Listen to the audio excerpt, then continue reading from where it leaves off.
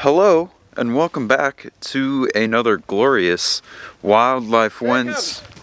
Hey, Jacob, James. are you doing Wildlife Wednesday? I am doing Wildlife Wednesday. Well, can you tell me something? Yeah? What is all this? Well, you mean the snow? I mean, Not the snow, Jacob, not the snow. Look at this. Oh, I didn't even... Whoa. You know what that is, James? Yeah, it's That's called hoarfrost, James. Get a look at this, guys. hoarfrost. Hoarfrost, James. Oh, it's everywhere. I know, it's from the fog that we have. Can't you see it's so foggy out back there? You know, when I was driving here today, it was really, really foggy. Yeah. And everything is just covered in this stuff. It's Absolutely wild. covered. It sounds like you're pretty curious. Do you want to learn a little bit about hoarfrost today, James? I think I do. Well, if you stick around, we'll learn about hoarfrost. Now, James, as you see here, there's this hoarfrost that is absolutely covering all of these plants here, right? Yeah. And it kind of looks like snow, doesn't it?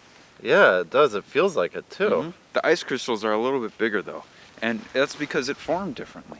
So as the fog comes through the area, imagine that those little water droplets within the fog kind of just stick to a solid surface, like this branch or anything else that is, around, like a building. My car window? Your car window. Huh.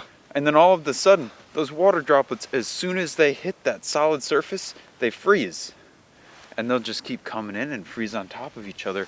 And you get these really, really neat, they almost look like extra large snowflakes, James. They're really cool. They do. I mean, you've got all these jagged edges, and they're all really fine tipped and going across all the stems. I mean, every part of the plant is covered. Every single part of the plant is covered.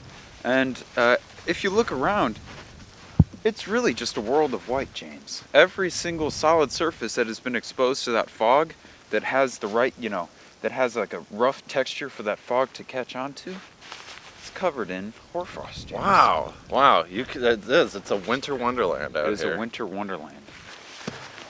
Oh, there we go.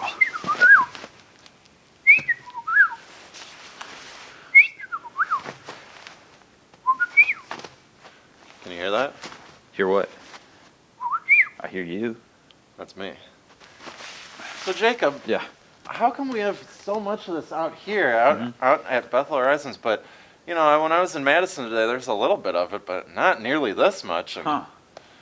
It's funny you asked that, James, because I experienced the same thing. And now that I think of it, when you're in the city, there's not a lot of water that's around. There's not a lot of areas for the fog to be created, right? So in this area that we're in, the driftless area, there's plentiful springs and these wonderful hills. And these hills can be the key to creating that fog. Really what it comes down to is these hills and valleys here in the driftless area lead to perfect conditions with the temperature differences and humidity differences between the tops of the hills and the bottoms of the valleys. Wow. And you get these thick layers of fog that come through with these super cooled water droplets, creating this glorious hoarfrost, James. It sure is, buddy.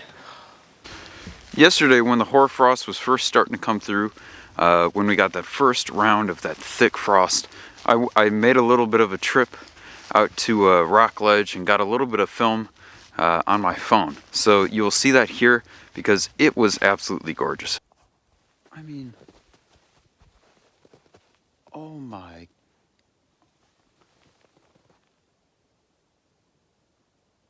And oh. Wow. Thank you for watching this lovely little video on hoarfrost.